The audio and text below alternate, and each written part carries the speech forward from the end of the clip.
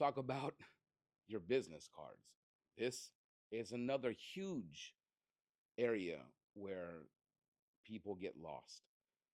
Number one, I mean, I understand, that a lot of people don't have hundreds of dollars to spend on business cards. I was that idiot. I spent $600 on 1,000 business cards. They were amazing. They were really cool cards. People loved them. They talked about them all the time.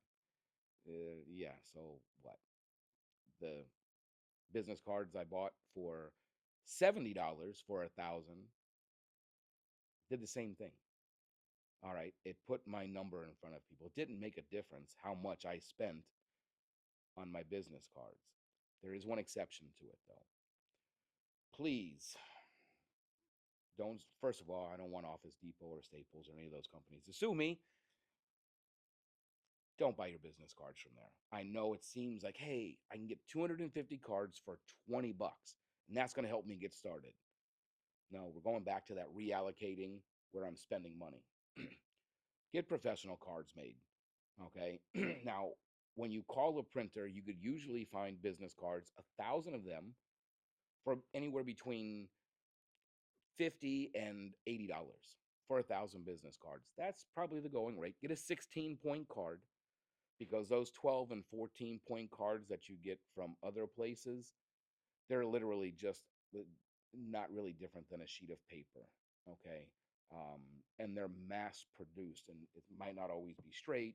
You'll see they're not cut straight, and it just doesn't show professionalism. The other thing that a lot of people do, procrastination. It's got to be perfect. It's got to be perfect. I need the color, the line. I want this type of a background. I want this. And just get a business card, your brokerage name on it, your brokerage logo, the beautiful headshot that you just paid $150 for, maybe a little bit less. And that's it. Your brokerage name, your name, the phone number, and maybe a website, a QR code. And then on the other side of the business card, you want to put a USP. Wait, what? What's a USP? A USP is a unique selling proposition. And this is what, when somebody is holding your business card or you leave your business card, we're going to talk about this in a minute. It's something that says what you offer, making dreams come home, a reality. Um, be a first time home buyer, something like that. But you want to be a little bit more detailed, not just a catchy slogan. Call me to find out about grants. Call me and receive $1,000 towards your closing cost. There's a bunch of USPs, right? You just have to figure out which one's going to work best for you in your market and how you want to go about it. So, um, I used to have two different business cards, one for buyers and one for renters. So I would spend $150 on 2,000 cards. That way, when I was talking with somebody, if they were looking for a rental, I would always say, on the back of the card, let me help you find your first rental, you know, and we'll give you $150 towards your move in cost. Because I knew I was going to make a commission, any $700, $2,000, whatever it was.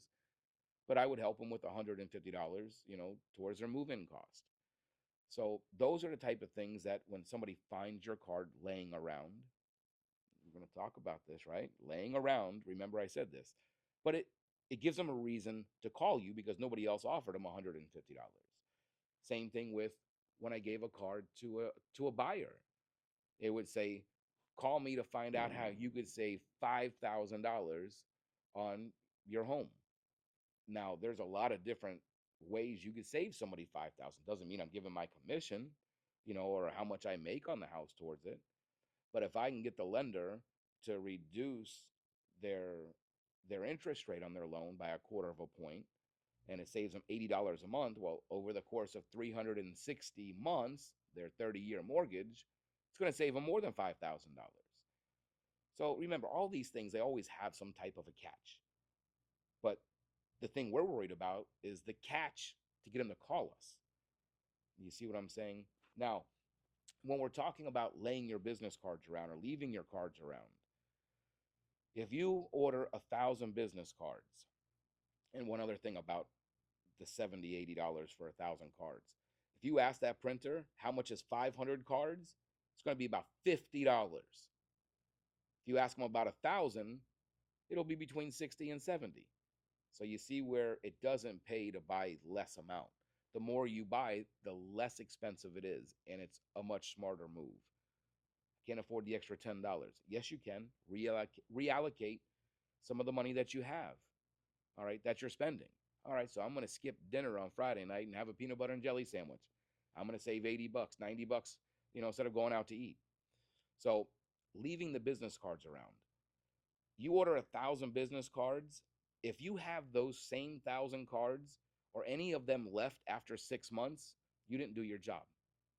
I know it sounds harsh. You should be able to give out 1,000 cards within 6 months. When I say give out, I don't mean just put it in somebody's hand. You know what I mean? It's about you at the grocery store. Go ahead and leave one. Don't go crazy and leave 50 of them around the grocery store. That'd be funny. But just leave one or two on a shelf, you know, in the water department. In the, good one. I have an agent that does this and it works. All right. He lays a business card and his USP on this set of business cards that he spent 60 bucks on the back of it that he leaves up. Hey, congratulations on your growing family. You're going to need a bigger house. And that's what's on the back of his business card. And he goes into the grocery store and he puts them in the baby department. Pregnancy test, where the diapers are, 0 to 3 months.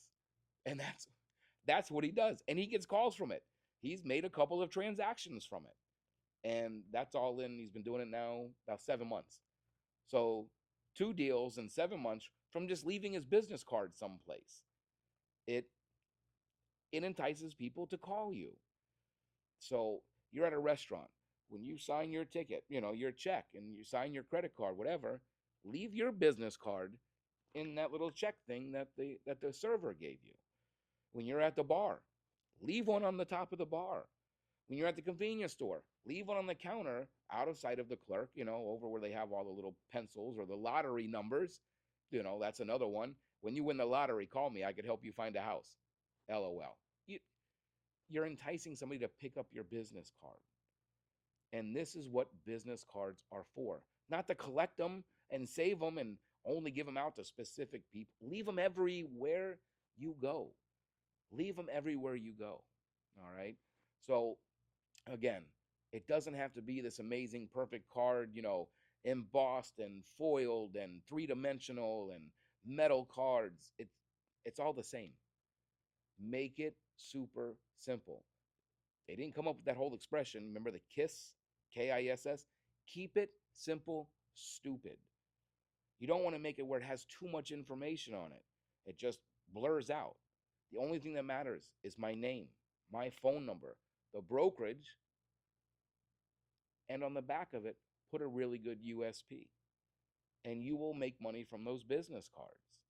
This is how easy it is to make money in real estate.